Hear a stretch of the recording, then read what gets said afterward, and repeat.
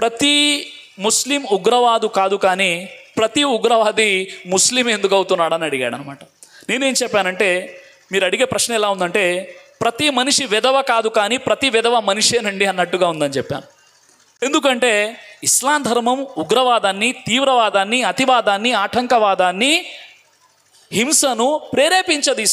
ఇస్లాం అంటేనే శాంతి. శాంతి పేరు మీద అశాంతి బోధిస్తుంటే ఎక్కడైనా మీరు వేడివేడి ఐస్ క్రీమ్ అని విన్నారా?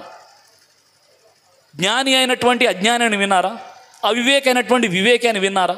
ఇవన్నీ కూడా పొంతన లేని పదాలు. అదేవిధంగా ఇస్లామిక్ టెర్రరిజం అనేది కూడా పొంతన లేనటువంటి పదం. ఇస్లాం అంటే శాంతి, టెర్రరిజం అంటే అది భయాందోళన సృష్టించడం, చంపడం. ఆ విషయానికి ఇస్లాంకి ఎలాంటి సంబంధం లేదు. అల్హమ్దులిల్లాహిల్లదీ కఫా వస్సలాము అలా ఇబాదిహిల్లదీన ఇస్తఫా వఅలా ఆలిహి వస్సహబి అజ్మాయిన్ అమ్మా బఅద్. అఊదు బిల్లాహి మినష్ షైతానిర్ రజీం. బిస్మిల్లాహిర్ రహ్మానిర్ రహీం. ఇన్నద్దీన ఇందల్లాహిల్ ఇస్లాం. రబ్బిష్రహ్ లీ సద్రీ వయస్సిర్ లీ అమ్రీ వహ్లుల్ ఉఖ్దతం మిన్ లిసానీ యఫ్ఖహూ ఖౌలీ.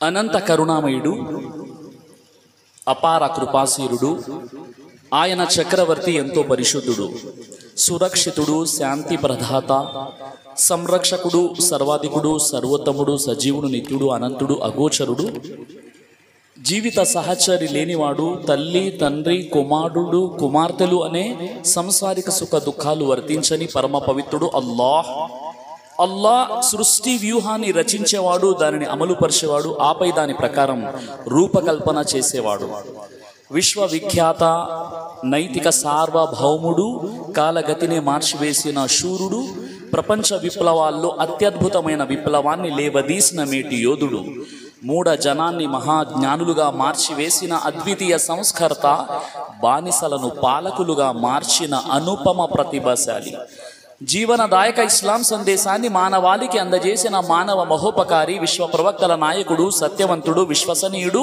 నిజాయితీపరుడు, కరికంబలిధారి, హరిత గుమ్మటవాసి, అంతిమ దైవ ప్రవక్త, జగద్గురువు, రహ్మతలిల్ ఆలమీన్, ఇమాముల్ అంబియా, ఖాతమన్ నబీ ముహమ్మదు రసూలుల్లాహ్ సల్లల్లాహు అలైహి వసల్లం వారిపై అల్లాహ్ యొక్క శాంతి, కారుణ్య మరియు శుభాలు వర్షించుగాక. ఆమీన్. ముందుగా వేదికను అలంకరించినటువంటి గౌరవనీయులు పెద్దలు, నేటి కార్యక్రమానికి విచ్చేసినటువంటి హిందూ, ముస్లిం, క్రైస్తవ సోదర సోదరిమణులు, అలాగే నేటి ఆర్గనైజర్స్ అయినటువంటి జమియతే అహ్లే హదీస్, మిమ్మల్ని అందరినీ కూడా నేను ఇస్లామీయ పద్ధతిలో ఆహ్వానిస్తున్నాను. అస్సలాము అలైకుం వరహ్మతుల్లాహి వబరకాతుహు. చాలా చలిగా ఉంది, అంటే 16 ఏసీలో పెట్టినట్టు ఉందన్నమాట. చాలా చలిగా ఉంది. కాబట్టి నేను ఏదైతే చెబుతున్నానో మీరు ఏ విధంగా అయితే స్పందిస్తారో ఆ విధంగా నాకు కూడా ఉత్సాహం ఉంటుంది. అస్సలాము అలైకుం వరహ్మతుల్లాహి వబరకాతుహు. అల్హమ్దులిల్లాహ్, ఇప్పుడు నాకు వినిపించింది, నాకు కూడా చాలా యవ్వనంగా ఉంది మిమ్మల్ని చూస్తుంటే. అయితే అల్లాహ్ యొక్క మహదానుగ్రహం వల్ల ఈరోజు మనం నారాయణ్ ఖేడ్లో, ఈ ప్రాంతంలో ఒక సభ ఏర్పాటు చేయడం జరిగింది. అదేంటంటే మత సామరస్యం, కమ్యూనల్ హార్మనీ. ఈరోజు మనం చూస్తున్నాం కదా సోదరులారా, ఎటు చూసినా ఒక మతం వారు మరో మతం వారిపై బురద జల్లుకోవడం, ఒకరు మరొకరిని ద్వేషిస్తూ, విమర్శిస్తూ, ఇలాంటి విషయాలే చాలా మనం న్యూస్ ద్వారా వింటున్నాం, చూస్తున్నాం. నిజంగా చెప్పాలంటే మనిషి శాస్త్ర సాంకేతిక రంగాల్లో ఎంతో పురోభివృద్ధిని సాధించాడు, చంద్రమండలంపై అడుగుపెట్టాడు, కొంగ్రొత్త ఆవిష్కరణలు కూడా చేస్తున్నాడు. కానీ తోటి మానవుణ్ణి చీ అంటున్నాడు, తోటి మానవుణ్ణి అంటరానివాడు అంటున్నాడు, తోటి మతస్థుణ్ణి ద్వేషిస్తున్నాడు. అంటే నేటి మనిషి అతడు చేప కాకపోయినా చాప కంటే వేగంగా నీటిలో ఈదుతున్నాడు, పక్షి కాకపోయినా పక్షి కంటే వేగంగా ఆకాశంలో విహరిస్తున్నాడు.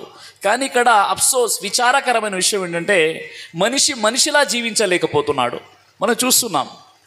ఇలాంటి తరుణంలో మనమంతా హిందూ, ముస్లిం, సిక్, ఈసాయి ఆపస్ మే సబ్ భాయి భాయి అనే నినాదంతో మత సామరస్యం, కమ్యూనల్ హార్మనీ, కలిసి ఉంటే కలదు సుఖం, విడిపోతే ఓడిపోతారు, ఐక్యమత్యమే మహాబలం అనే నినాదంతో జమియతే అహ్లే హదీస్ ఈరోజు కమ్యూనల్ హార్మనీ, మత సామరస్యమైనటువంటి ఒక అంశాన్ని ఏర్పాటు చేయడం జరిగింది.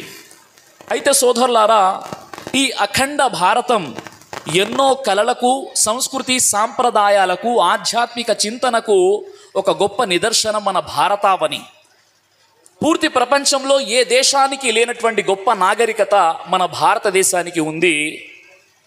మన భారతదేశం యొక్క నాగరికత క్రీస్తు పూర్వం 3300 సంవత్సరంలోనే ప్రారంభమైంది.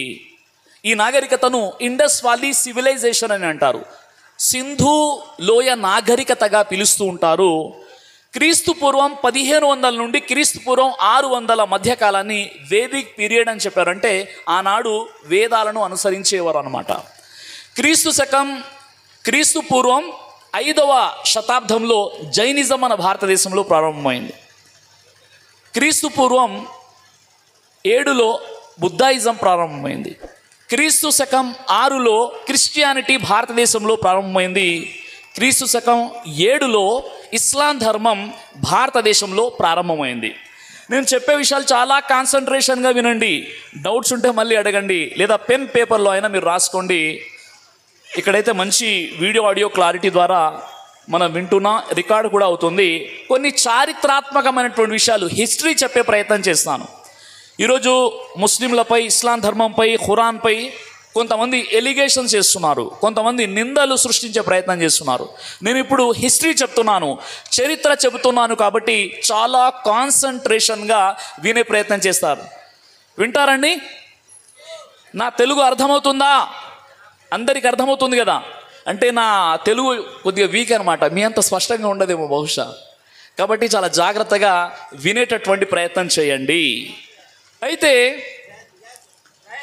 ఈ భారతదేశంలో ఇస్లాం ధర్మం ఎప్పుడైతే మనకు పరిచయమైందో, ఎప్పుడు పరిచయమైంది, ఎలా పరిచయమైంది తెలియాలంటే, ప్రవక్త ముహమ్మద్ సల్లల్లాహు అలైహి వసల్లం చిట్ట చివరి దైవ ప్రవక్త, మొట్టమొదటి దైవ ప్రవక్త హజరత్ ఆదం అలైహిస్సలాం నుండి చిట్ట చివరి ప్రవక్త ముహమ్మద్ సల్లల్లాహు అలైహి వసల్లం వారి వరకు 1,24,000 మంది రమారమి దైవ ప్రవక్తలు ప్రభవింపబడ్డారు.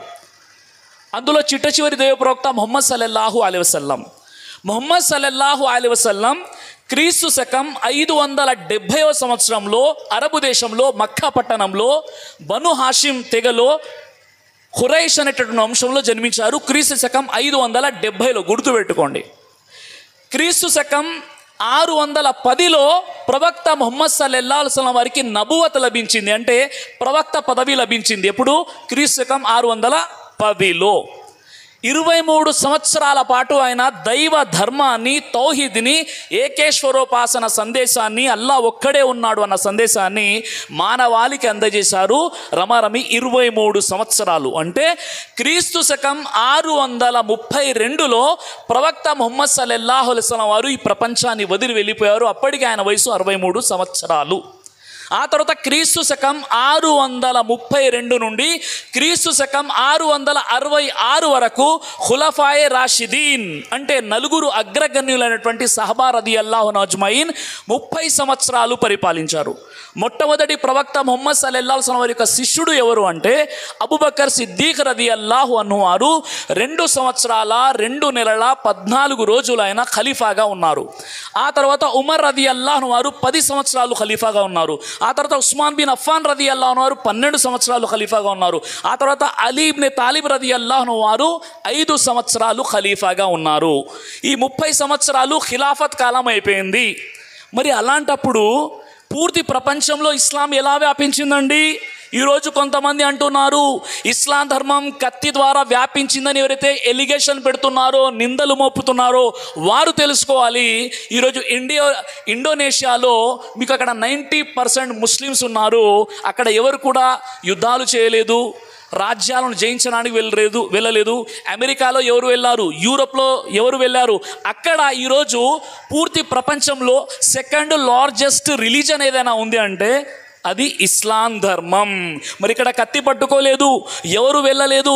ఎలా ఇస్లాం ధర్మం స్వీకరించారు, ఎలా ముస్లింలుగా వారు పరిగణించబడుతున్నారంటే ఇస్లాంలో ఉన్నటువంటి గొప్పతనం, మానవులంతా ఒకే జంట సంతానం, పరస్పరం సోదరులు, రక్త సంబంధికులు, అరబ్బుకు అరబ్బేతరుడిపై కానీ, అరబ్బేతరుడికి అరబ్బుపై కానీ, తెల్లవాడికి నల్లవాడిపై కానీ, నల్లవాడికి తెల్లవాడిపై కానీ ఎలాంటి ఆధిక్యత లేదు. మీరు కలిమా చదివితే లా ఇలాహ ఇల్లల్లా ముహమ్మదు రసూలుల్లా అని చదివితే మీరంతా కూడా ఒకే వరుసలో భాయిగా నిలబడతారు. ధనికులు, నిరుపేదలు, రైతు, రాజు, అధముడు అనేటటువంటి తేడాలు, వ్యత్యాసాలు ఉండవు. కాబట్టి ఈరోజు యూరోప్ కంట్రీస్లో ఇస్లాం ధర్మం వ్యాప్తి చెందుతుంది. మరి భారతదేశంలో ఎలా ఇస్లాం ధర్మం వ్యాపించిందండి? ఇక్కడ ఎవరు కత్తి పట్టుకొని వచ్చారు, ఎవరు యుద్ధాలు చేశారు, ఎవరు తలలు నరికేశారు, ఏదైతే మీరు ప్రచారం చేస్తున్నారో అది ఏమి కూడా జరగలేదు. మరి ఎలా వచ్చింది భారతదేశంలో ఇస్లాం? ఇస్లాం అంటే సలాం, అంటే శాంతి. ఇస్లాం అనేటటువంటి మూల పదం ఏదైతే ఉందో, సలాం మరియు సిల్మ్ అనేటటువంటి రెండు మూల పదాలు. శాంతి మరియు సమర్పణ. ముస్లిం అంటే ఒబీడియంట్ టు గాడ్, దైవ విధేయుడు, దైవానికి తన ఇష్టాన్ని సమర్పించుకునే వాడినే ముస్లిం అని అంటారు. అయితే సోదరులారా, మన ఇండియా, మన భారతదేశంలో ఇస్లాం ధర్మం ఎలా పరిచయమైంది, ఎప్పుడు పరిచయమైందంటే, మీకు నేను ఒక హిస్టరీ చెప్పాను. క్రీస్తు శకం 632లో ప్రవక్త ముహమ్మద్ సల్లల్లాహు అలైహి వసల్లం వారు ఈ ప్రపంచాన్ని వదిలి వెళ్ళిపోయారంటే చనిపోయారు. కానీ క్రీస్తు శకం 623లోనే మొట్టమొదటి మస్జిద్ ఇండియాలో స్థాపించడం జరిగింది. అంటే ప్రవక్త ముహమ్మద్ సల్లల్లాహు అలైహి వసల్లం ఇంకా బ్రతికే ఉన్నారు, మదీనాలో ఉన్నారు, ఆయన బ్రతికే ఉన్నారు. ఆయన బ్రతికి ఉన్నప్పుడే, ఇంకా చనిపోలేదు, 9 years ఉన్నాయి, 9 సంవత్సరాలు ఉన్నాయి, అప్పుడే మన భారతదేశంలో మస్జిద్ అనేది స్థాపించడం జరిగింది. చారిత్రకమైనటువంటి ఆధారాలు చెప్తున్నాను. ఆధారాలు ఏంటి అంటే, ఇండియా, మన భారతదేశంలోని గుజరాత్లో అహ్మదాబాద్ అనేటటువంటి ఒక పట్టణం ఉంది. ఎప్పుడన్నా విన్నారా? అహ్మదాబాద్ పట్టణంలో ఒక మస్జిద్ పేరు బర్వాదా మస్జిద్. బర్వాదా అనేటటువంటి గుజరాతీ భాషకు అర్థం ఏంటంటే ఫారెనర్స్, విదేశీయుల మస్జిద్ అని ఒక మస్జిద్ స్థాపించబడింది. ఇది లేటెస్ట్ డిస్కవరీ. ఇంత ఖచ్చితంగా ఎందుకు చెప్తున్నానంటే, ప్రవక్త ముహమ్మద్ సల్లల్లాహు అలైహి వసల్లం వారు హిజ్రత్ ఎప్పుడు చేశారంటే, క్రీస్తు శకం 623లో ప్రవక్త వారు హిజ్రత్ చేశారు. మీరందరూ చెప్పండి, ప్రవక్త వారు హిజ్రత్ కంటే ముందు మన ఖిబ్లా ఎటువైపు ఉండేది? ఎవరైనా చెప్పగలుగుతారా? మన ఖిబ్లా, మొట్టమొదటి ఖిబ్లా ఏది? మస్జిద్ అక్సా వైపు. ప్రవక్త ముహమ్మద్ సల్లల్లాహు అలైహి వసల్లం వారు క్రీస్తు శకం 623లో హిజ్రత్ చేశారు. అప్పుడు మన యొక్క ఖిబ్లా ఏదైతే ఉందో, మన డైరెక్షన్ ఏదైతే ఉందో, మన దిక్సూచి ఏదైతే ఉందో, కాబతుల్లా కాదు, మస్జిద్ అక్సా. ఇక్కడ ఏదైతే మస్జిద్ నేను చెప్పానో, లేటెస్ట్ డిస్కవరీ ఏంటంటే, గుజరాత్ అహ్మదాబాదులో వెలుగులోకి వచ్చినటువంటి మస్జిద్ ఏదైతే ఉందో అది క్రీస్తు శకం 623లో స్థాపించబడింది. దాని యొక్క ఖిబ్లా ఇప్పుడు కూడా అల్లాహు అక్బర్ మస్జిద్ అక్సా వైపు ఉంది. ఇప్పుడు కూడా మస్జిద్ అక్సా వైపు ఉంది. అంటే ప్రవక్త ముహమ్మద్ సల్లల్లాహు అలైహి వసల్లం వారు ఈ ప్రపంచాన్ని వదిలి వెళ్ళక పూర్వమే ఒక మస్జిద్ మన భారతదేశంలో స్థాపించబడింది. ఆ తర్వాత సెకండ్ మాస్క్ ఎక్కడ స్థాపించబడింది అంటే, అది తమిళనాడులోని పాలై జుమా మస్జిద్. ఈ పాలై జుమా మస్జిద్ అనేది తమిళనాడులోని క్రీస్తు శకం 630లో స్థాపించబడింది. అంటే ప్రవక్త ముహమ్మద్ సల్లల్లాహు అలైహి వసల్లం వారి కంటే, మరణానికంటే 2 సంవత్సరాల ముందు. చాలామంది ఏమంటారంటే, లేదండి, the first mosque in India ఎక్కడ ఉందంటే అది కేరళ క్యాలికట్ కొడంగళూరులో ఉంది, అదే జుమ్మా మస్జిద్ అంటారు. ఇది 3వ మస్జిద్ యాక్చువల్ చెప్పాలంటే. క్రీస్తు శకం 628లో కేరళలోని క్యాలికట్ సమీపంలో ఉన్నటువంటి కొడంగళూరులో క్రీస్తు శకం 628లో ఇది స్థాపించబడింది. పెరుమాన్ చెరుమాల్ భాస్కర్ రవివర్మ రాజు ఇస్లాం స్వీకరించారు అక్కడ. ఎలా చెప్పగలుగుతున్నాను ఏంటి అంటే, ప్రవక్త వారి ఆగమనం కంటే ముందే అరబ్బుల వ్యాపారాలు భారతదేశ వ్యక్తులతో ముడిపడి ఉండేవి. వారు వారి యొక్క వాణిజ్య సామాగ్రితో వారు భారతదేశానికి వస్తూ పోతూ ఉండేవారు అనమాట. అలాంటి సంబంధాలు ఉండేవి. అయితే మనందరికీ తెలిసినటువంటి విషయం ఏంటంటే, షెక్కే ఖమర్ అనేటటువంటి ఒక సందర్భం జరిగింది. ఈ సందర్భానికి సంబంధించి డీటెయిల్స్గా విత్ గెజిట్లో ఉన్నటువంటి రికార్డ్స్ కూడా మీకు చెప్తాను. ఈ విషయం చెప్పే ముందు, ఏదైతే నేను మస్జిదుల ప్రస్తావన చేశానో, క్రీస్తు శకం 623లో మొట్టమొదటి మస్జిదు, క్రీస్తు శకం 628లో సెకండ్ మస్జిదు, క్రీస్తు శకం 630లో 3వ మస్జిద్ అనమాట. మొదటి మస్జిద్ బర్వాదా మస్జిద్, రెండో మస్జిద్ జుమా మస్జిద్. ఇది ఎక్కడ ఉంది? కొడంగళూరులో. చెరుమాన్ పెరుమాల్ పేరుతో ఉంది. మూడవ మస్జిద్ ఏంటంటే పాలే జుమా మస్జిద్ తమిళనాడులో ఉంది. ఈ 3 మస్జిద్లు ఉన్నాయి. ఆ తర్వాత ఇమాం తబరీ వారు ఏం చెప్పారంటే తారీఖే తబరీలో ఆయన చెప్పిన విషయం ఏంటంటే ఉమర్ రదియల్లాహు అన్హు వారి యొక్క కాలములో వారి యొక్క శిష్యులు బాంబేలోని థానా అనే ప్రదేశానికి వచ్చారని ఇమాం తబరీ వారు తారీఖే తబరీలో ఈ విషయాన్ని చెప్పారు ఆయన. ఆ తర్వాత చాలామంది ఏమంటుంటారంటే మొహమ్మద్ బిన్ ఖాసిం వారు భారతదేశంలో ఇస్లాం వ్యాపింపజేశారు. ఆయన ఇస్లాం వ్యాపింపజేశారు అన్న విషయం వాస్తవమే, కానీ ఆయన కంటే ముందే ఇస్లాం భారతదేశంలో వచ్చింది. మొహమ్మద్ బిన్ ఖాసిం ఎప్పుడు వచ్చారు? క్రీస్తు శకం 711లో వచ్చారు. మరికొంతమంది ఆశ్చర్యం ఏం చెప్తారంటే ఖాజా మొయినుద్దీన్ చిష్తీ వారు భారతదేశంలో ఇస్లాం వ్యాపింపజేశారని కొంతమంది అంటారు. మీరు ఆశ్చర్యపోతారు. మన భారతదేశంలో ఖాజా మొయినుద్దీన్ చిష్తీ వారు క్రీస్తు శకం 1173లో వచ్చారు. అంటే ఈ భారతదేశంలో మసీదులు స్థాపించబడిన 400 సంవత్సరాల తర్వాత ఖాజా మొయినుద్దీన్ చిష్తీ వారు మన భారతదేశానికి వచ్చారు. చాలామందికి హిస్టరీ అనేది తెలియదు అన్నమాట. ఎందుకు అంటే ఈ విషయాన్ని మీరు తఫ్సీర్ ఇబ్నే కసీర్ 2వ సంపుటం, తఫ్సీర్ ఇబ్నే కసీర్ 1వ సంపుటం పేజ్ నెంబర్ 237లో ఆయన ఏం చెప్పారు అంటే ఈ భారతదేశంలో మొట్టమొదటి మనిషి అయినటువంటి మొట్టమొదటి ప్రవక్త అయినటువంటి ఆదం అలైహిస్సలాం వారు అడుగుపెట్టారు. శ్రీలంకలో ఆయన ఆనవాళ్ళు ఉన్నాయని చెప్పేసి నేను చెప్పట్లేదు, తఫ్సీర్ ఇబ్నే కసీర్ 1వ సంపుటం పేజ్ నెంబర్ 237లో చెప్పారనమాట. ముసన్నఫ్ అబ్దుల్ రజాక్ హదీస్ నెంబర్ 918లో ఉన్న విషయం ఏంటంటే ముస్లింలకు అత్యంత పవిత్రమైనటువంటిది మొదటిది మక్కా అయితే అందులో రాసి ఉన్న విషయం చెప్తున్నాను. ఏ విధంగానైతే అది పవిత్రమైనదో అలా కంపేర్ చేసి చెప్పలేదు, కానీ రెండో ప్రదేశం ఏదైనా ఉందంటే అది భారతదేశం. ఎందుకంటే ఆది మానవుడైనటువంటి ఆదం అలైహిస్సలాం వారు మొట్టమొదటిగా ఈ భారతదేశంలో అడుగు పెట్టారు అని ఒక చారిత్రాత్మకమైనటువంటి ఎవిడెన్స్ ఇస్తూ చెప్పడం జరిగింది. ఇది కూడా హదీస్ రిఫరెన్స్తో పాటు మీకు నేను చెప్పాను.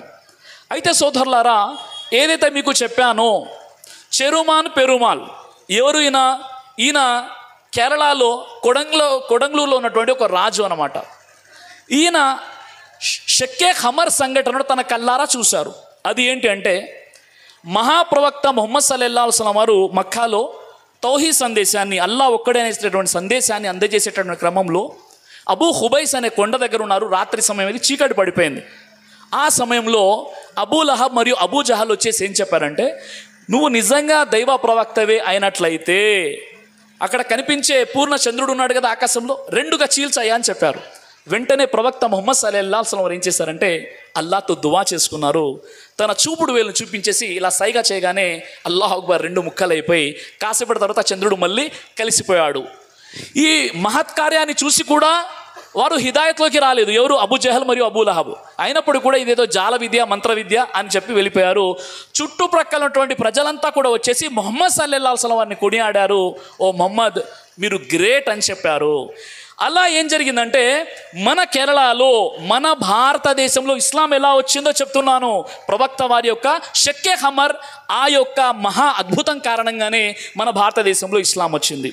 అది ఎలా అంటే ఈ చెరుమాన్ పెరుమాల్ భాస్కర్ రవివర్మ అనేటటువంటి రాజు ఏం చేశాడంటే తన భార్యతో పాటు ఆయన మిద్దె మీద, ఆ బిల్డింగ్ మీద అలా చక్కర్లు కొడుతున్నాడు అనమాట. సాయంత్రం చక్కర్లు కొడుతూ చంద్రుడు ఎవరికైనా కనిపిస్తారు కదా, ఆ చంద్రుడు కనిపించగానే ఆయన చూసినప్పుడు అవి 2గా విడిపోయి చీలిపోయి కాసేపు తర్వాత మళ్ళీ అది జత కట్టడం జరిగింది. ఈ అద్భుతాన్ని, ఈ మెరాకిల్ని చూసి చెరుమాన్ పెరుమాల్ ఏం చేశారంటే అయోమయంలో పడిపోయాడు. జ్యోతిష్యులు పిలిచారు, వాళ్ళని పిలిచారు, వీళ్ళని పిలిచారు, అందరిని పిలిచి అక్కడ కూర్చున్నారు. ఏం జరిగిందంటే ఎవరు కూడా చెప్పడానికి వారికి అర్థం కావట్లేదు. అప్పుడు వెంటనే ఆయన ఏం చేశారంటే తన జ్యోతిష్యులు పిలిపించేసి అక్కడ ఉన్నటువంటి ఏదైతే కేరళలోని కొడంగల్లో ఉన్నటువంటి గవర్నమెంట్ గెజిట్ రికార్డులో తేదీ, ఆ యొక్క సంవత్సరము, ఆ ఘడియ, ఈ 3 విషయాల్ని రికార్డ్ చేయించారు. ఆ తర్వాత మలబార్ మాన్యువల్లో కూడా, అఫీషియల్ గెజిట్లో కూడా ఈ విషయం ఇప్పుడు కూడా మీకు కనిపిస్తుంది. ఆ తర్వాత ఆయన అయోమయంలో పడిపోయారు. ఏం జరిగిందని చెప్పేసి వింత. నేను నా కళ్ళతో చూశాను ఏం జరిగిందని. తర్వాత అరబ్బు వర్తకులు ఎప్పుడైతే భారతదేశంలో తమ వస్తు వాణిజ్య సామాగ్రితో వచ్చారో అప్పుడు ఒక వ్యక్తిని అడగడం జరిగింది. అంటే ఒక సహాబీ అనుకోండి, ఒక వ్యక్తి అరబ్బు జాతుల్లో ఉన్నటువంటి వ్యక్తిని అడగడం జరిగింది, అయ్యా నేను ఇలా చూశాను నా కల్లారా, ఏంటి మీరు చెప్పగలుగుతారంటే, అయ్యో మా ప్రవక్త ముహమ్మద్ సల్లల్లాహు అలైహి వసల్లం ఆయన మక్కాలో దైవ ప్రవక్తగా చివరి ప్రవక్తగా వచ్చారు.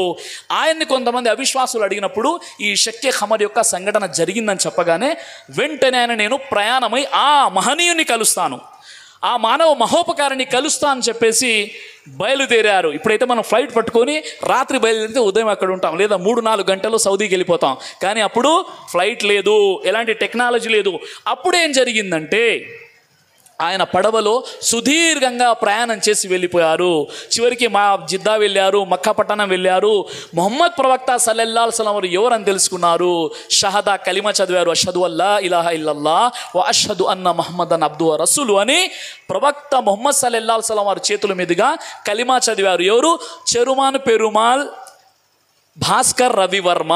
కలిమా చదివి ఏమనుకున్నారంటే ఇది ఈ సత్యాన్ని నా భారతదేశంలో నేను సందేశం అందజేస్తాను, భారతదేశంలో అందరికీ కూడా నేను మెసేజ్ ఇచ్చేస్తానని చెప్పి అక్కడ నుండి బయలుదేరారు. సుదీర్ఘ ప్రయాణం కాబట్టి యమన్ దేశంలో ఆగారు ఆయన. ఎందుకంటే ఆయన అనారోగ్యంగా ఉన్నారు, ఆరోగ్యం కాస్త అస్తవ్యస్తమైపోయింది.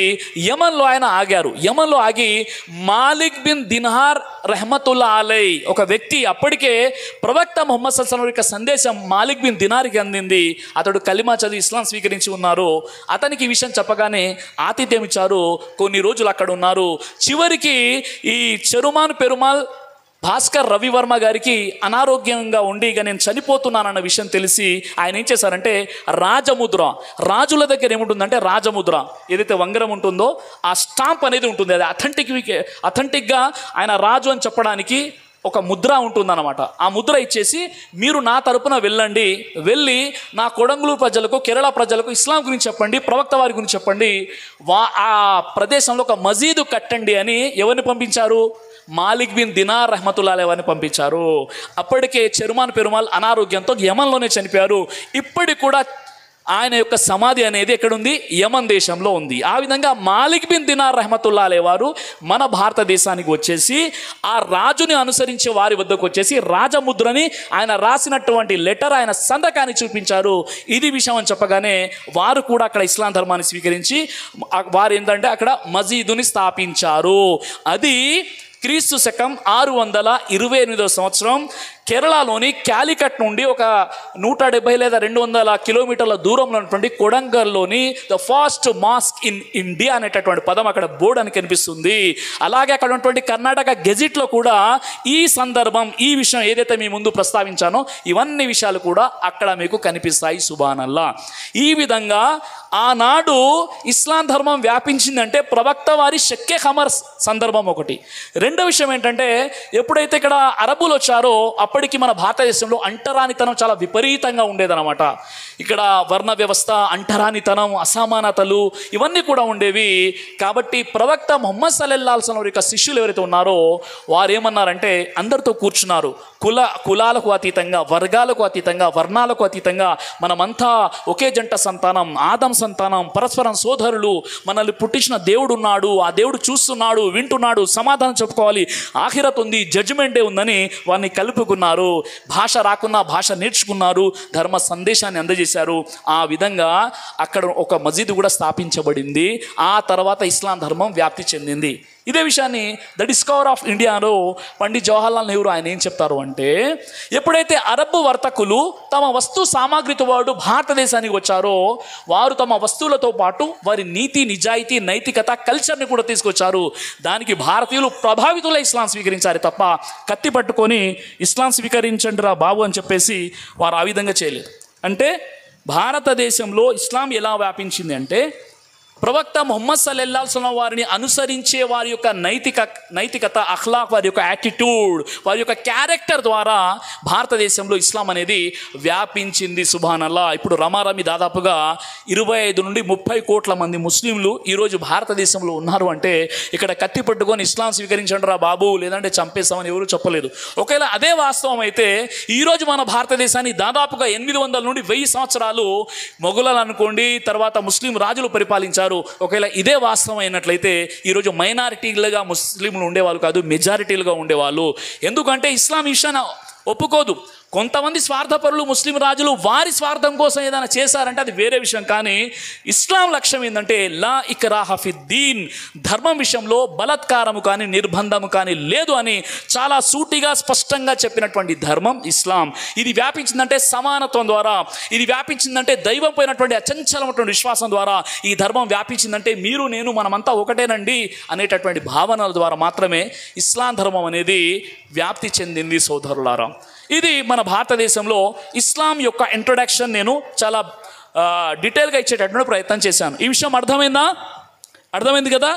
అయితే ఇప్పుడు ఇస్లాం కోరుకునేటటువంటి సందేశం ఏంటి? నిజంగా మనం చెప్పాలంటే మన భారతదేశంలో రమారమి 140 కోట్ల మంది జనాభా ఉన్నారండి. 140 కోట్ల జనాభా ఈరోజు మన భారతదేశంలో ఉన్నారు. 350 భాషలు ఉన్నాయి. 9 ప్రధాన మతాల వారు మన భారతదేశంలో ఉన్నారు.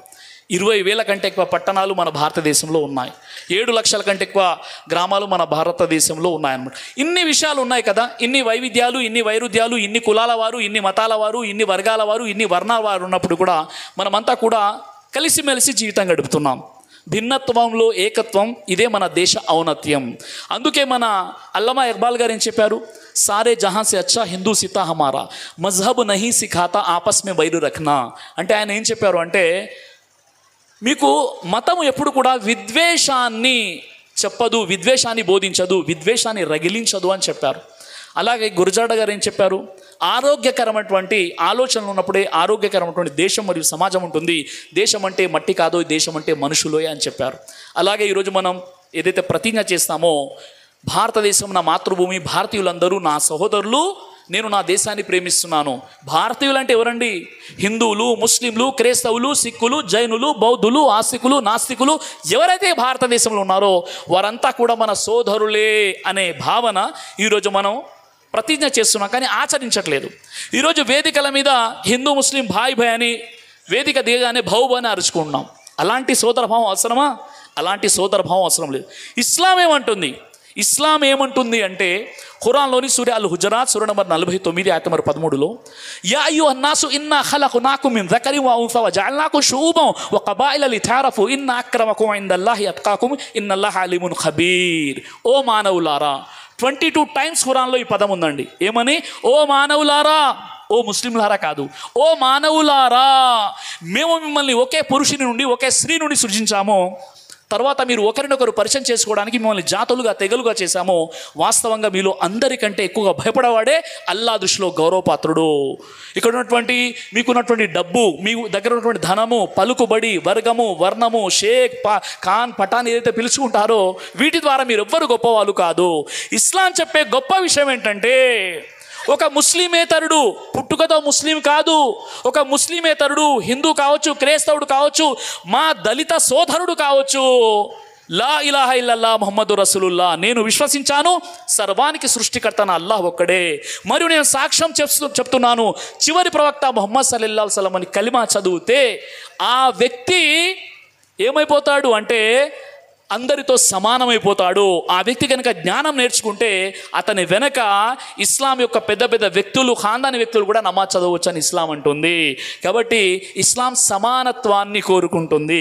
కాబట్టి ఈరోజు భారతదేశంలో ఇంతమంది ఇస్లాం ధర్మాన్ని స్వీకరించారు. అయితే సోదరులారా, చాలామందిలో ఉన్నటువంటి అపోహ ఏంటంటే ఇస్లాం ధర్మంలో ఏంటండి మనం చూస్తున్నాం. మొన్న ఒక టీవీ యాంకర్ కూడా నన్ను అడిగాడు అనమాట. అదేంటంటే ప్రతి ముస్లిం ఉగ్రవాదు కాదు, కానీ ప్రతి ఉగ్రవాది ముస్లిం ఎందుకు అవుతున్నాడని అడిగాడు అనమాట. నేనేం చెప్పానంటే మీరు అడిగే ప్రశ్న ఎలా ఉందంటే ప్రతి మనిషి వెధవ కాదు, కానీ ప్రతి వెధవ మనిషేనండి అన్నట్టుగా ఉందని చెప్పాను.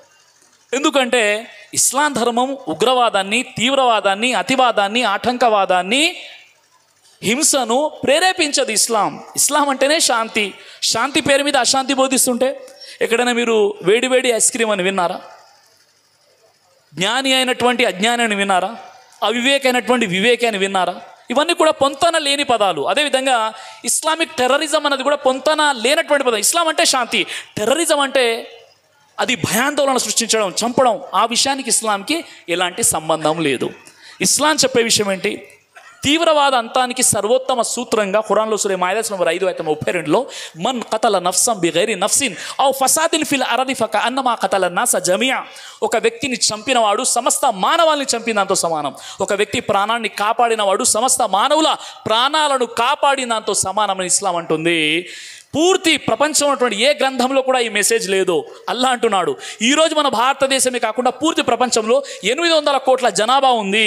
అందులో ఒకటి చనిపోతే పెద్ద తేడా ఎవరు భావించారు. కానీ ఇస్లాం అంటుంది, ఒక్క వ్యక్తిని అకారణంగా చంపితే ఈ 800 కోట్ల జనాభాను చంపినంతో సమానము. ఒక్క వ్యక్తి ప్రాణాన్ని కాపాడితే ఈ ప్రపంచంలో ఉన్న వ్యక్తుల ప్రాణాన్ని కాపాడినంతో సమానం చెప్పినటువంటి ధర్మము. అందుకే ప్రవక్త వారు ఏం చెప్పారు? నీ పొరుగువాడు ఆకలిగా ఉండి నీవు మాత్రం కడుపు నిండా భుజిస్తే నువ్వు ముస్లిం కాజాలో అని చెప్పారు. భూలోకవాసులపై కరుణ చూపించండి, పరలోకవాసి మీపై కరుణ చూపిస్తారని ముహమ్మద్ సల్లల్లాహు అలైహి వసల్లం వారు తెలియజేశారు. ఆ వ్యక్తి ద్వారా, ఏ ముస్లిం ద్వారానైతే తన పొరుగువాడు అశాంతికి గురైపోతాడో ఆ వ్యక్తి అసలు ముస్లిమే కాదని చెప్పారు ప్రవక్త ముహమ్మద్ సల్లల్లాహు అలైహి వసల్లం వారు. ఈ ధర్మం ఉగ్రవాదాన్ని, తీవ్రవాదాన్ని బోధిస్తుందంటే మీడియా పుణ్యం అంటూ కొంతమంది కొన్ని వ్యవస్థలు ముస్లింలపై బురద జల్లే ప్రయత్నం, ఖురాన్ మరియు ఇస్లాంపై బురద జల్లే ప్రయత్నం చేస్తున్నాయి తప్ప ఇస్లాంలో ఇలాంటి బోధనలు ఎక్కడ కూడా మీకు కనిపించవు.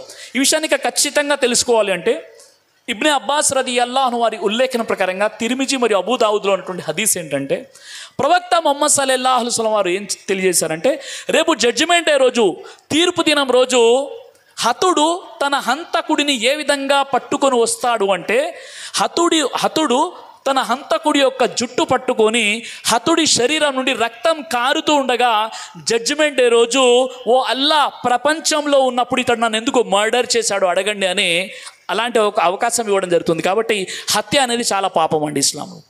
అలాగే ప్రవక్త వారు చెప్పారు, ఎవరినైతే అకారణంగా అన్యాయంగా చంపుతారో అలాంటి చంపినటువంటి హంతకుడు నరకంలోని అట్టడుగు భాగంలో కాలుతూ ఉంటాడు. దైవం మరియు దైవదూతలు అతనిపై లానత్ పంపిస్తూ ఉంటారు అని చెప్పారు. అలాగే రేపు జడ్జిమెంట్ డే రోజు మానవులకు సంబంధించిన హక్కుల్లో అందరికంటే మొదటి హక్కు రక్త పరిహారం గురించి అని చెప్పారు ప్రవక్త ముహమ్మద్ సల్లల్లాహు అలైహి వసల్లం వారు. అంతెందుకండి, ఇస్లాంలో మానవుల ప్రాణాలకు ఉన్నటువంటి విలువ గురించి మనం తెలుసుకోవాలి అంటే మీకు ఒక విషయం చెప్తాను. ప్రవక్త వారి కాలంలో గామిద్ అనేటటువంటి ఒక తెగ ఉండేది. గామిద్ తెగకు చెందినటువంటి ఒక స్త్రీ వ్యభిచారం చేస్తూ పట్టుబడుతుంది. ప్రవక్త ముహమ్మద్ సల్లల్లాహు అలైహి వసల్లం వారి వద్దకు తీసుకొస్తారు. ఆనాడు తౌరాత్ ప్రకారంగా, ఇతర గ్రంథాల ప్రకారంగా, అదేవిధంగా ఎప్పుడైతే ఇస్లామియ షరియత్ అనేది మదీనాలో అక్కడ నాఫీస్ అంటే ఇంప్లిమెంటేషన్ జరుగుతుందో శిలాశిక్ష అనేది ఉండేది. రజం అంటారు. అంటే వివాహం జరిగిన తర్వాత ఎవరైతే వ్యభిచారం చేస్తారో రాళ్లతో కొట్టి చంపేసేటటువంటి శిక్షని రజం అంటారు, శిలాశిక్ష. ఆ స్త్రీ ప్రవక్త వారి వద్దకు వచ్చేసి, ఓ ప్రవక్త, నేను వ్యభిచారం చేశాను, నేను ఇప్పుడు ప్రెగ్నెంట్ కూడా, నేను కడుపుతో కూడా ఉన్నాను, కాబట్టి నాకు శిక్ష వేసేయండి, నేను తప్పు చేశాను అని అంటుంది. ప్రవక్త వారు ముఖం అడ్డు తిప్పుకుంటారు. మళ్ళీ అడుగుతుంది. అప్పుడు ప్రవక్త వారు ఏమంటారంటే, ఇప్పుడు నువ్వు ప్రెగ్నెంట్గా ఉన్నావు కదా, నువ్వు శిశువుని కన్న తర్వాత, బాబు లేదా పాపని కన్న తర్వాత నా దగ్గర రా అంటారు. ఆమె ఎంత చిత్తశుద్ధి ఉన్నటువంటి స్త్రీ చూడండి, వెళ్ళిపోతుంది. వెళ్ళిపోయి మళ్ళీ ఆ కొడుకు పుట్టిన తర్వాత కొడుకుని తీసుకొని వస్తుంది. అప్పుడు ఈ విషయాన్ని గుర్తు చేస్తుంది. అప్పుడు ప్రవక్త వారు అంటారు, సరే నీ కొడుకు పాలు మరిచిన తర్వాత రా అంటే మళ్ళీ వెళ్ళి 2 సంవత్సరాల తర్వాత మళ్ళీ వస్తుంది ఆ స్త్రీ. అప్పుడు ప్రవక్త వారు అంటారు, నీ యొక్క కొడుకు ఈ పాలు మర్చిపోయాడు కదా, రొట్టె తినే స్థితి వచ్చిన తర్వాత మళ్ళీ రా అంటారు. ఆ స్త్రీ మళ్ళీ వస్తుంది. ఈ వృత్తాంతం ఎందుకు చెప్తున్నానంటే, ఇస్లాం ఒక వ్యక్తికి, ఒక ప్రాణానికి ఎంత విలువ ఇచ్చిందంటే, ఇంకా ఆ బేబీ కడుపులో నుండి బయటికే రాలేదు, ఇంకా పుట్టలేదు. ఆ పుట్టనటువంటి ఆ బేబీ కోసం, ప్రాణాల కోసం ఆలోచించే ధర్మము ఎవరిని పడితే వాడిని చంపండి అని ఇస్లాం అంటుందా? కాబట్టి ఇస్లాం ధర్మంలో ఎవరిపైన చంపండి అని మారణ హోమము ఇవన్నీ కూడా కల్పించినటువంటి విషయాలు సోదరులారా. కొంతమంది ఉన్నారు స్వార్థపరులు, ఇస్లాంతో సంబంధం లేదు, ఖురాన్తో సంబంధం లేదు, నబీ సున్నతులతో సంబంధం లేదు, నబీ జీవిత విధానంతో వారికి సంబంధం లేదు. అలాంటి వ్యక్తుల్ని కొంతమంది చూపించేసి మొత్తం మీరు ఇలాంటి వాళ్ళంటే అంతకంటే మూర్ఖత్వం మరి ఏదీ లేదనమాట. అలాగే మరో సందర్భం చెప్తున్నాను.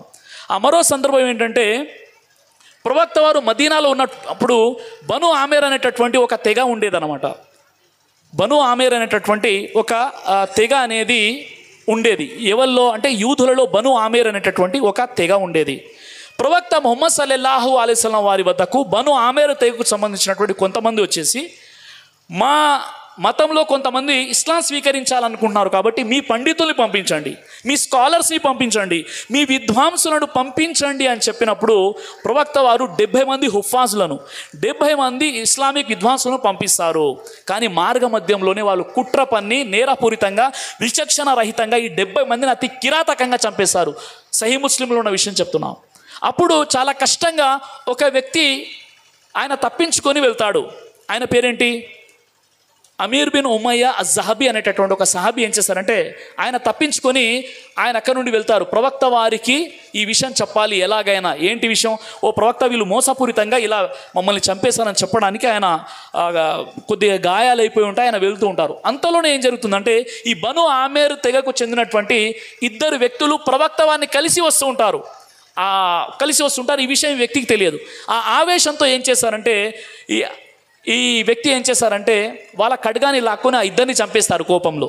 ప్రవక్త వారి వద్దకు వెళ్ళి జరిగిన సంఘటన చెప్తారు. అప్పుడు ప్రవక్త వారు ఏమంటారంటే, ఈ మొత్తం విషయం విన్న తర్వాత ఒకవైపు 69 మంది ప్రవక్త వారి శిష్యులు విద్వాంసులు చనిపోయారు, మరోవైపు కేవలం ఆ హంతకుల జాతికి చెందినటువంటి 2 మాత్రమే చనిపోయారు. అప్పుడు ప్రవక్త వారు అన్నారు, వీరేం పాపం చేశారయ్యా, వీళ్ళు నువ్వు ఎందుకు చంపావు, అల్లా దగ్గర రేపు ఏం జవాబు చెప్తావని చెప్పేసి ఆ కమ్యూనిటీ వాళ్ళని పిలుస్తారు.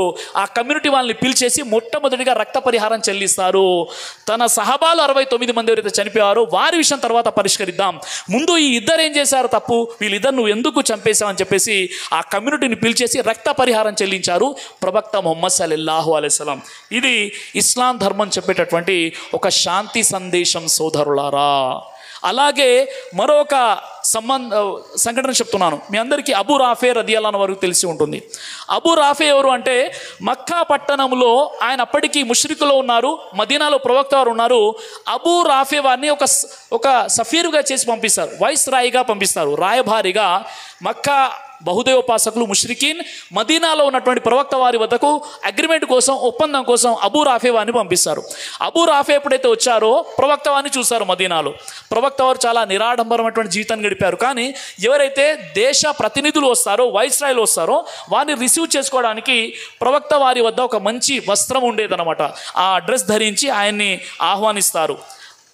పురాతనంగా వచ్చేటటువంటి ఒక సాంప్రదాయం ఏంటంటే, ఎవరైతే వాయిస్రాయ్లు వస్తారో, ఎవరైతే ఈ సఫీర్ వస్తారో, రాయబారులు వస్తారో, వారిని స్వాగతించడం, వారికి మంచి భోజన ఏర్పాటు చేయడం, ఇవన్నీ చేయడం సనాతనంగా వస్తున్నటువంటి ఒక సాంప్రదాయం అనమాట. ప్రవక్త వారు కూడా అలా రిసీవ్ చేసుకుంటారు. కానీ ప్రవక్త వారి అఖ్లాక్కి, ఆయన నైతికతకి మంత్రముగ్ధుడైపోయినటువంటి అబూ రాఫే ఇస్లాం ధర్మాన్ని స్వీకరించేశారు, కలిమా చదివారు. అప్పుడు అబూ రాఫే ఎలా వచ్చారు? మక్కా నుండి ఒక ప్రభుత్వం తరపు నుండి ఆయన వాయిస్ రాయిగా వచ్చారు, సఫీర్గా వచ్చారు. ఇక్కడ వచ్చేసి కలిమా చదివి ఇస్లాం స్వీకరించారు. ప్రవక్త వారితో అన్నారు, ప్రవక్త ఇక నేను మదీనా వెళ్ళను, నేను ఇక్కడే ఉండిపోతాను, నేను ముస్లిం అయిపోయాను, నేను దైవ విధేయుని అయిపోయాను, ఇక్కడే ఉండిపోతాను. ఎవరంటున్నారండి? ఒక ప్రభుత్వం తరపు నుండి వచ్చినటువంటి ఒక వైస్ రాయ్, అతడు ఇస్లాం ధర్మాన్ని స్వీకరించి ఇక నేను వెళ్ళను అంటున్నాడు.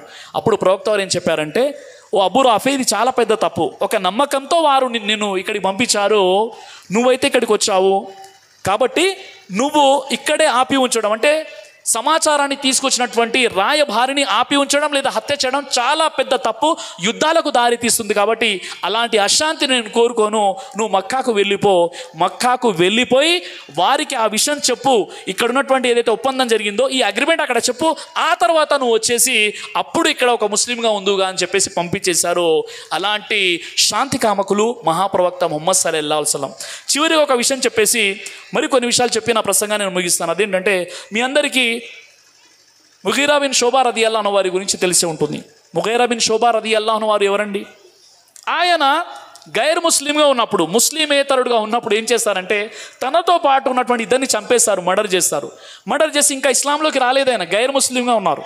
తనతో పాటు ఉన్న ఇద్దరిని చంపేసి ప్రవక్త ముహమ్మద్ సల్లల్లాహు అలైహి వసల్లం వారి వద్దకు వచ్చేసి, ఓ ప్రవక్త, నాతో పాటు ఉన్న ఇద్దరిని నేను చంపేశాను, వారి ధనాన్ని కూడా తీసుకొచ్చేసాను, మీరు తీసుకోండి, నేను ఇస్లాంలోకి వచ్చేస్తానంటే ప్రవక్తలు అన్నారు, ఈ పాపిష్టి సొమ్ము మాకు వద్దు, చిత్తశుద్ధిగా ఇస్లాం ధర్మాన్ని స్వీకరించు, ఇలాంటి సొమ్ము మాకు అంగీకరించబడదని చెప్పేసి ప్రవక్త ముహమ్మద్ సల్లల్లాహు వారు, ఓ ముగైరా బిన్ షోబా, నువ్వు ఇస్లాంలోకి రావడం గొప్ప విషయమే, కానీ అన్యాయంగా ఇతరుల్ని చంపి వారి సంపాదన ఏదైతే తీసుకొచ్చావో అది ఇస్లాంలో హరాం అని ప్రవక్త ముహమ్మద్ సల్లల్లాహు అలైహి వసల్లం వారు తెలియజేశారు. కాబట్టి సోదరులారా, ఇస్లాంలో నీతి, నిజాయితీ, న్యాయము, ధర్మము, ఇవన్నీ విషయాలు కూడా చాలా స్పష్టంగా చెప్పబడ్డాయి. మీరు సూర్య నిసా 4:58 చూడండి. మీరు ప్రజల మధ్య తీర్పు చేసేటప్పుడు న్యాయంగా తీర్పు చేయండి. ఈరోజు మనం ఏమనుకున్నాం, శాంతి సామరస్యాలు వికసించాలి అని కోరుకున్నాం, కానీ ఒక వర్గానికి అన్యాయం జరుగుతుంటే అన్యాయాన్ని చూస్తూ శాంతి స్థాపన అంటే జరగదు.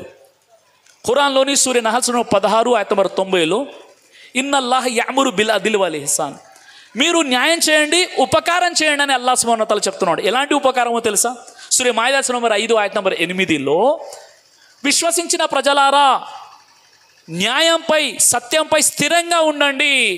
మీకు ఎవరైనా శత్రువులు ఉంటే వారిపై ఉన్నటువంటి కోపంతో మీరు సత్యాన్ని తారుమారు చేసి వారిని అన్యాయం చేయకండి.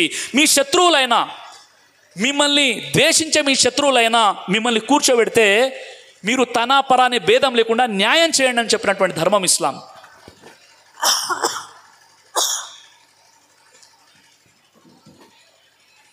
కాబట్టి సోదరులారా, ఇస్లాం ధర్మంలో తన పర అనేటటువంటి భేదం లేదు. కాబట్టి ఈరోజు అమెరికా మరియు యూరప్లో అల్హమ్దులిల్లా చాలామంది ఖురాన్ చదివి ఇస్లాం ధర్మాన్ని స్వీకరిస్తున్నారు.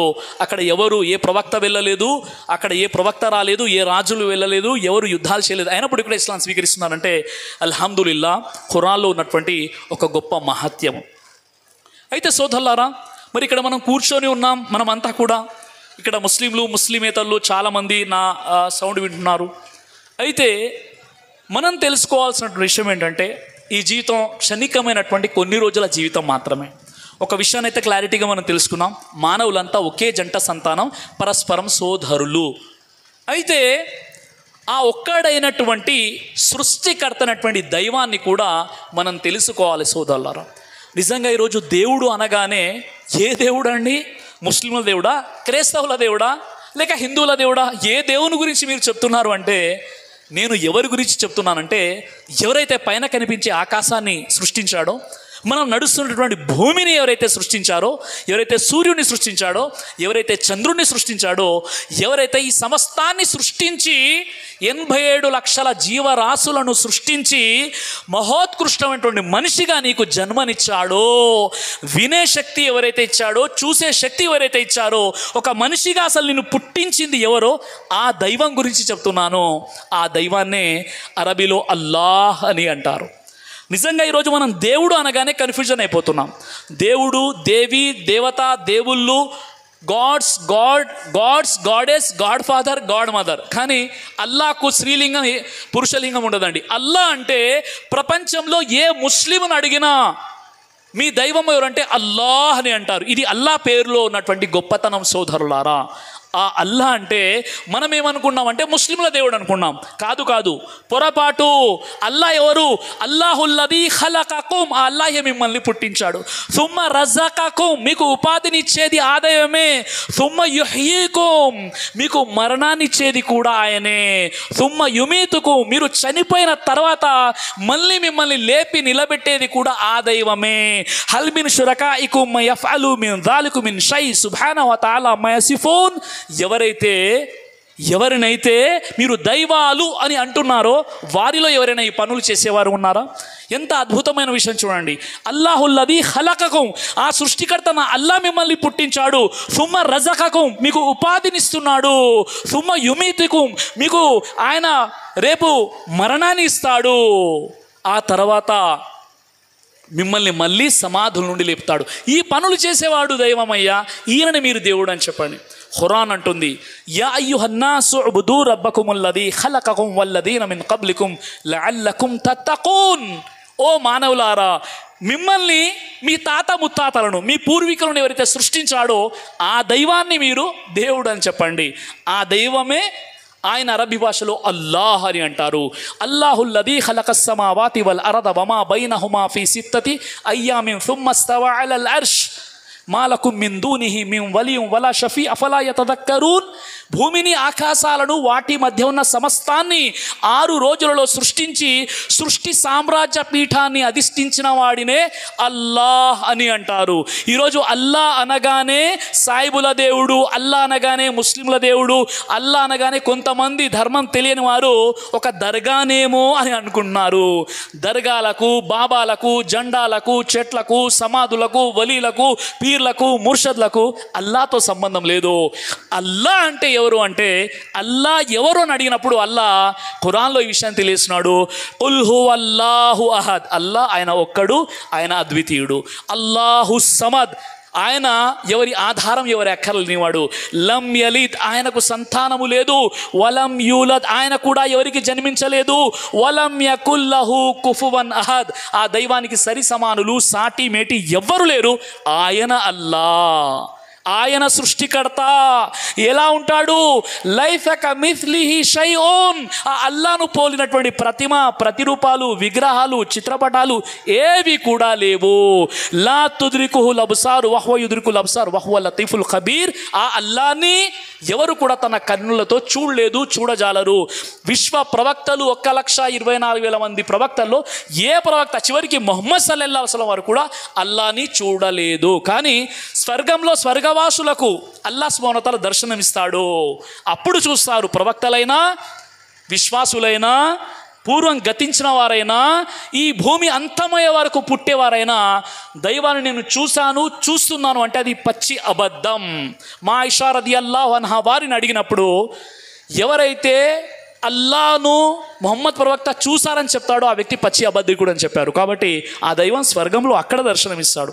అయితే సోదరులారా, మరి ఈరోజు దేవుడు అనగానే చాలా కన్ఫ్యూజన్ ఉంది. అసలు దేవుడు అంటే ఏంది? సంస్కృతంలో దివు అనే ధాతువు నుండి దేవుడు అనే పదం వచ్చింది. దేవుడు అంటే స్వయంభవుడు, ప్రశంసింపదగినవాడు, మదముతో ఉండువాడిని దండించువాడు అనే అర్థాలు వస్తాయి. నిరుక్త శబ్దార్థం 8వ అధ్యాయం 16వ మంత్రంలో అథవాయో దివ్యతి క్రీడతి సదేవః యశ్చరాచరం జగద్యోతయతి సదేవః యః స్వాపయతి సదేవః యోకిలాం జగన్ నిర్మాణేన బర్హతి వర్ధయతి స బ్రహ్మ. ఈ సమస్త జగత్తును, సకల చరాచర సృష్టిని తన సొంత శక్తిచే పుట్టించి పరిపాలించేవాడినే దేవుడు అని అంటారు. ఈ సృష్టి నాశనం అయిపోయిన తర్వాత మళ్ళీ సృష్టించేవాడినే దేవుడు అని చెప్తారు. అలాగే ఈ అండపిండ బ్రహ్మాండాన్ని సృష్టించిన వాడిని దేవుడు అని అంటారు. ఈరోజు దేవుడు అనగానే కస్టమర్ దేవుళ్ళు, ఓనర్స్ దేవుళ్ళు, ఆ తర్వాత సినిమా వాళ్ళు దేవుళ్ళు, ఇలా చాలామందిని దేవుళ్ళుగా చేసేసారు. అందుకే ముస్లింలు అల్లా అని అంటారు. ఆ అల్లా అని అల్లా పేరుతోనే పిలుస్తారు. ఎందుకంటే ఆ అల్లా పేరులో ఉన్నటువంటి మహత్యం. సోదరులారా, ఆ సృష్టికర్త అల్లా అంటే కొంతమంది తెలియని కారణంగా బాబాలేమో, దర్గాలేమో అని అనుకుంటున్నారు. ఖురాన్లోని 30 కాండాలు, 114 అధ్యాయాలు, 6,236 ఆయతులు, 86,430 పదాలు, 3,23,760 అక్షరాలు ఉన్నటువంటి ఖురాన్లో ఎక్కడ కూడా దర్గాల యొక్క ప్రస్తావన ఉండదు. ఖురాన్లో 18వ అధ్యాయం సూరే కహఫ్ ఆయతం 102లో అల్లాహ్ సుబ్హానహు వ తఆలా తెలియజేస్తున్నాడు.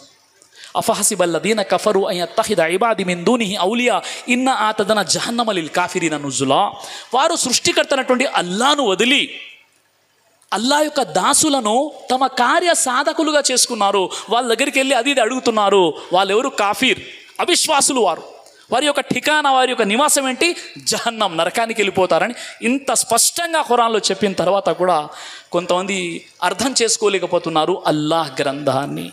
కాబట్టి సోదరులారా, అల్లాహ్ గ్రంథాన్ని అర్థం చేసుకొని చదివేటటువంటి సద్బుద్ధిని అల్లాహ్ సుబ్హానహు వ తఆలా అందరికీ కూడా ప్రసాదించుగాక. ఖురాన్లో అల్లాహ్ సుబ్హానహు వ తఆలా సూరే బఖరా నంబర్ 2 ఆయతం 163లో తెలియజేస్తున్నాడు.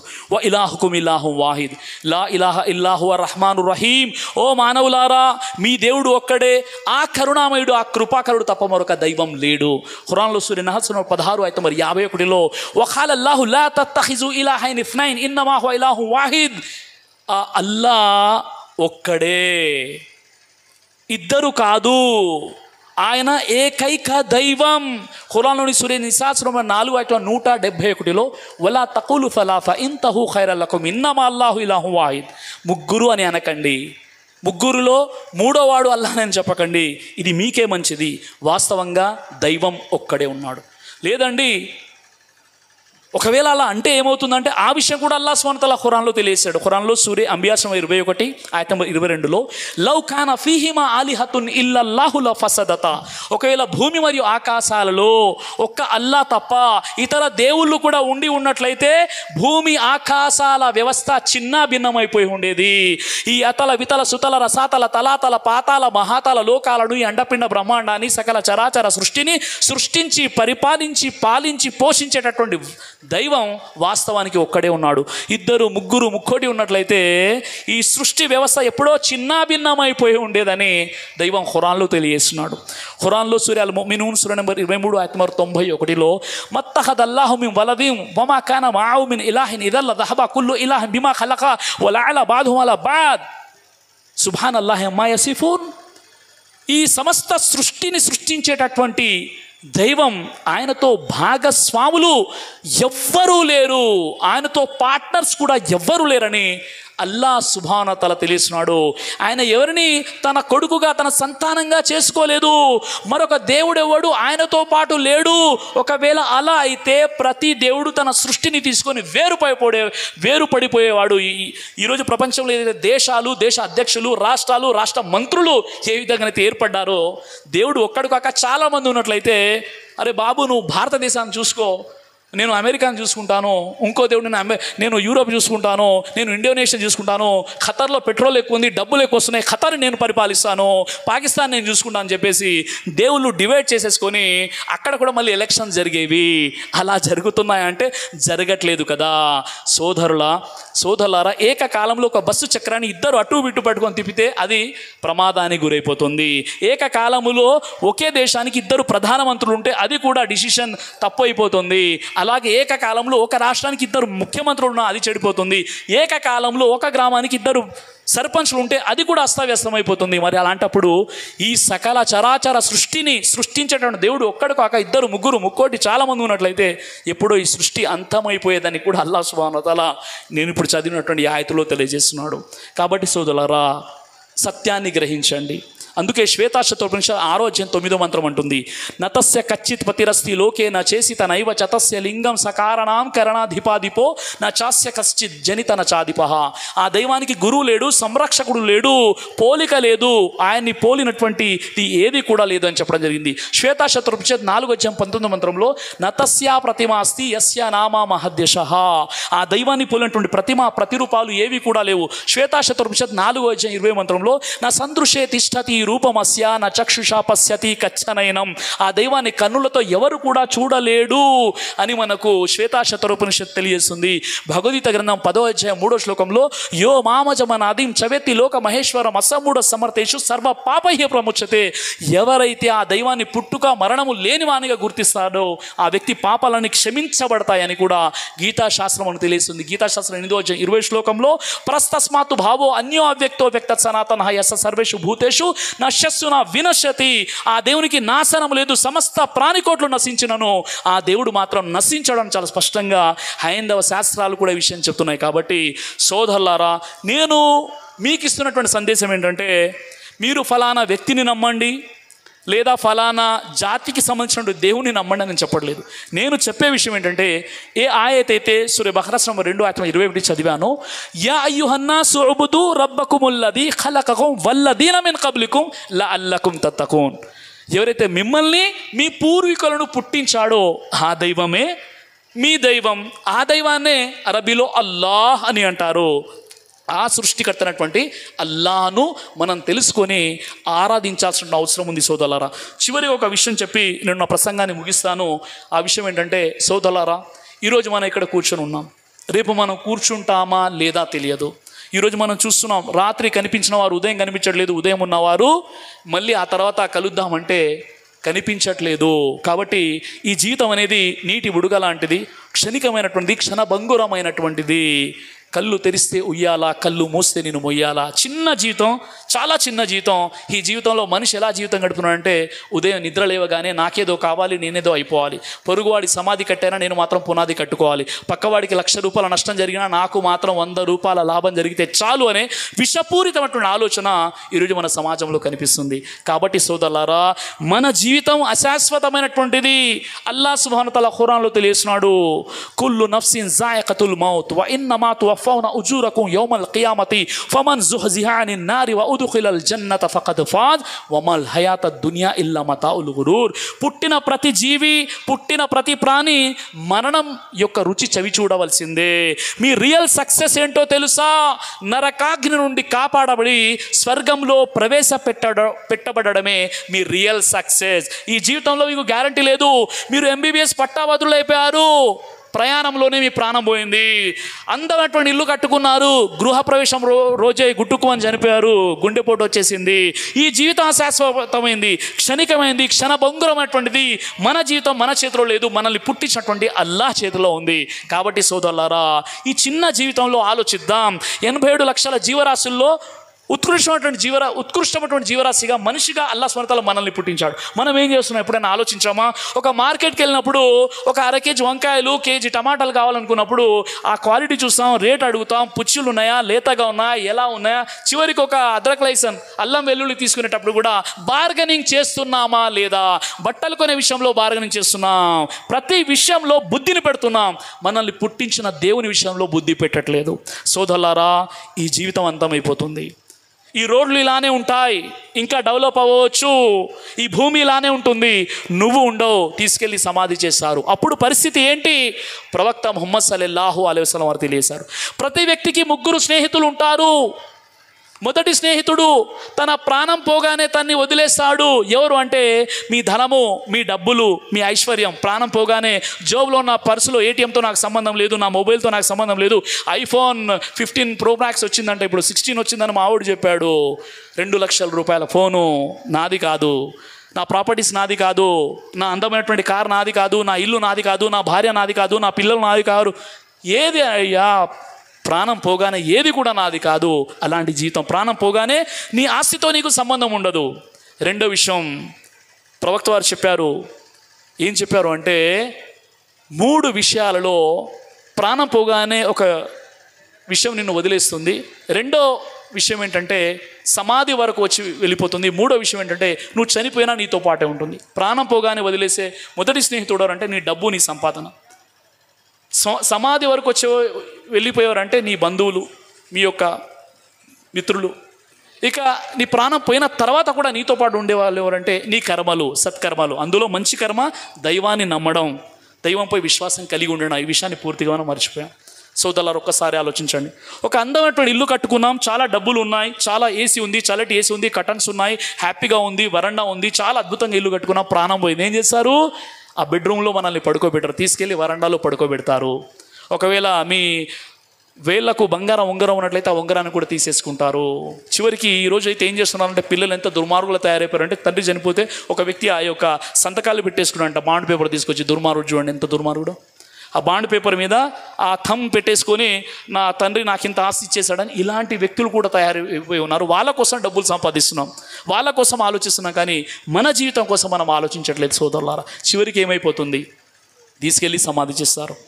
మీ అందరికీ తెలిసిన విషయమే, అలెగ్జాండర్ ది గ్రేట్, ప్రపంచాలు జయించినటువంటి అలెగ్జాండర్ క్రీస్తుపూర్వం 356 సంవత్సరంలోని గ్రీకు దేశంలో మాసోడోనియా రాజ్యాన్ని పరిపాలించినటువంటి అలెగ్జాండర్ ది గ్రేట్ రాజ్యాలను జయిస్తూ చివరికి తన దేశానికి తిరుగు ప్రయాణం అయ్యాడు. మార్గ మధ్యంలో అనారోగ్యానికి, అస్వస్థతకు గురైపోయాడు. తెలిసిపోయింది, నా ప్రాణం పోనుంది, ఇక నేను చావుకు దగ్గరైపోయాను. అలెగ్జాండర్ తన కమాండర్ని పిలిచాడు.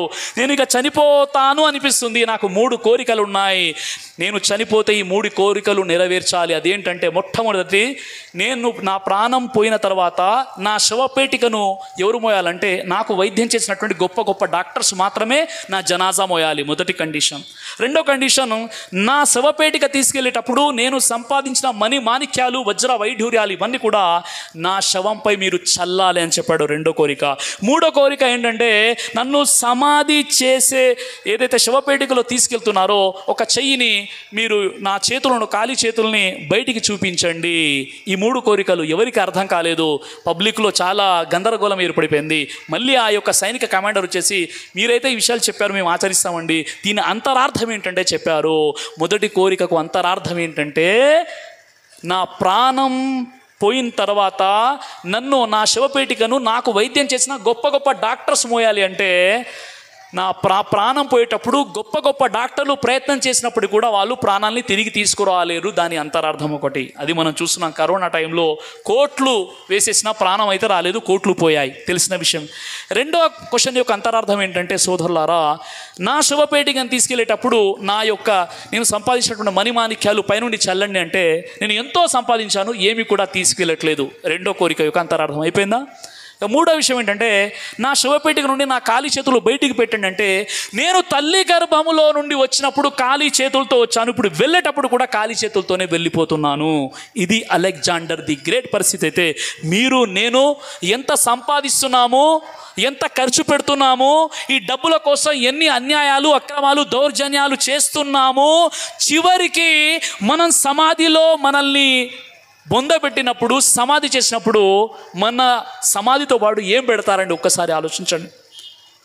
ఒక అదర్ స్టేట్ హర్యానాలో జరిగినటువంటి ఒక సంఘటన. పూర్వం ఏం జరిగిందంటే, ఒక వ్యక్తి ఏం చేశాడంటే, తన తండ్రి పోయినటువంటి ప్రేమతో, తన తల్లి పోయినటువంటి ప్రేమతో, తల్లి చనిపోతే అతడు ఏం చేశాడంటే, తన కంఠహారాన్ని దాదాపుగా 20 తులాలన్నటువంటి గొలుసుని కూడా ఆ సమాధిలోసి కప్పేశాడు, సమాధి చేశాడు.